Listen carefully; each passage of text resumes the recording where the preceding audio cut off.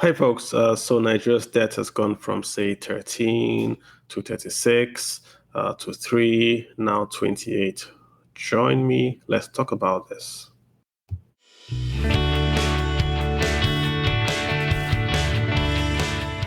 Hi, folks. Welcome to the podcast, The Way I See It, what is just my views on personal finance, money, the economy, even politics, yeah? And today we want to talk about debt, sovereign debt. Specifically, we want to talk about the sovereign foreign debt of Nigeria. Today, I believe the debt is approaching 28 billion. That is as at 2020. What's going on? Yeah. In 1964, Nigeria wanted to build a dam, the Kainji Dam was going to be a massive infrastructure project. So we had guys come in and bid, and the Italians won the bid to build that dam. And of course, we financed that dam with getting funds from Italy. So we basically got a $13 million loan, 1-3 from Italy. That became our first loan.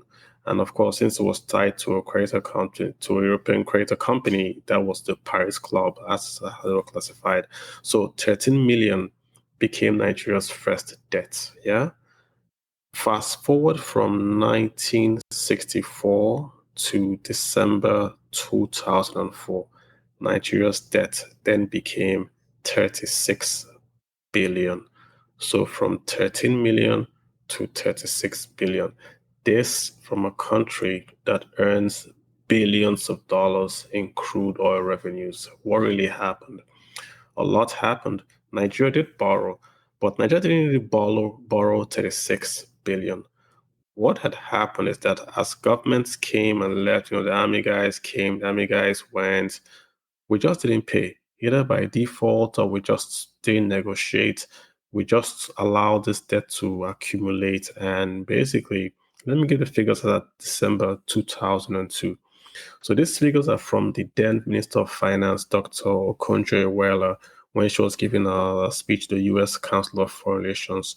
She basically said the amount that Nigeria owed in December 2000 comprised of 24% in late payments, late interest payments, 21% in interest itself, 48% in the principal arrears. So only 7% was the actual balance, just 7%. Yeah. So, I mean, understand what she's saying here. Of the total amount, that 36 billion that we owed, only 7% was actually what Nigeria borrowed. The rest was late pays. We didn't pay on time. We paid late, accumulation of the principal and all that. So we're owing 36 billion. And it was bad because if you look at the figures then, in 2003, Nigeria's debt to GDP was 57. So debt was more than half of Nigeria's output. But that was not the worst. Now, as at 2003, Nigeria's revenues to debt was nearly 100%. So 2003, almost all the revenues Nigeria made basically was equal to the debt Nigeria owed. That's a classic debt trap. I mean, you can't get out of that 100%.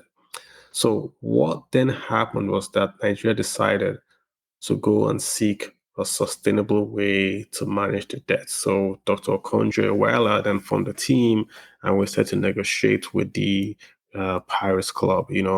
Paris Club was a name given to the group of creditors that Nigeria basically owed a bunch of loans to. And the whole idea was to try to bring this loan down so that we could pay. The sticky point, of course, was that Nigeria, of course, had crude oil. So we were classified as, in quote unquote, able to pay. So that they weren't so, shall we say, forward and give Nigeria a discount on that debt. But to cut the long story short, Nigeria was able to pay $18 billion to wipe up the $36 billion debt that we owed. So we got almost a 60% discount on the figure that Nigeria owed to the Paris Club. It was a good deal. Remember that, they weren't too happy to give us that deal because we earned crude oil. I mean, they could just simply take in a bite of the crude oil and say, we're going to take some oil till you guys pay us. So it was a good deal. We were able to write off that debt free up our revenues going forward, and then to apply those revenues to then do infrastructure projects, which we would not have done if we had kept on carrying over debt, where that 93% of the debt was basically just made up of penalties, fees, and all that. So Nigeria has basically come good from 2004. And when we paid off the bulk of the debts, I think we had almost about 3 billion left as obligations. Now, as at I believe the latest figures, Nigeria is really approaching about 28 billion in debt. So again, we've gone from that 3 billion in 2004 to about 28 billion today.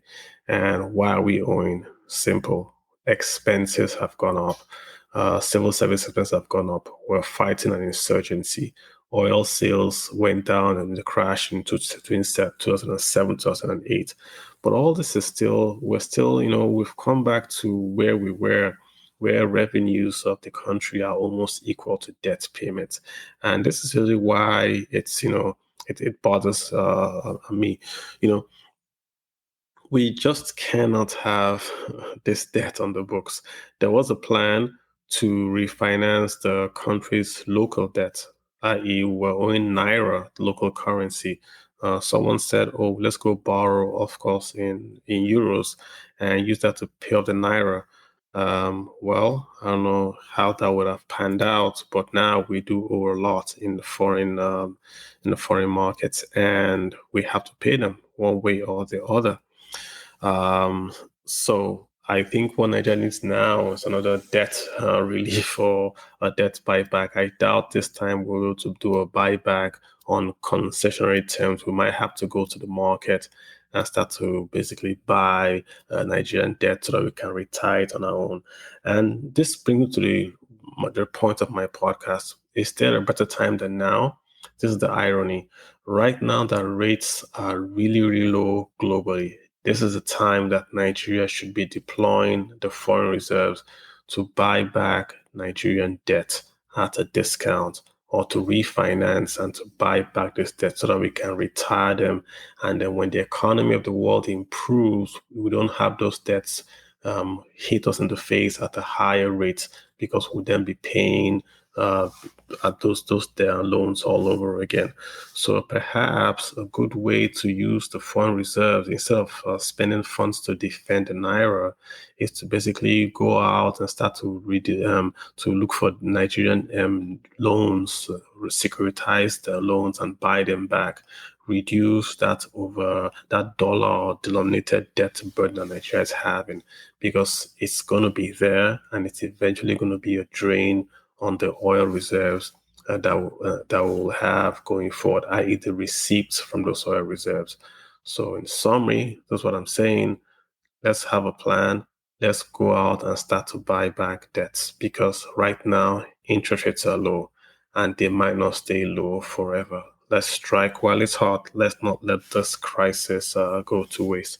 We've gone from 13 billion to 36 billion to 3 billion, now back to 28 billion. Let's just have a plan for borrowing and not leave our kids with more debt than we found it. I mean, we sell oil, for crying out loud. We should be able to manage our balance sheet, yeah?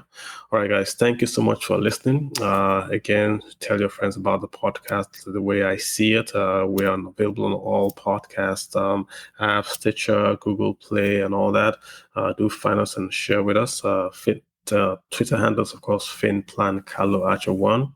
That's FinPlan Carlo Archer 1. Thank you so much. I appreciate you guys. Bye.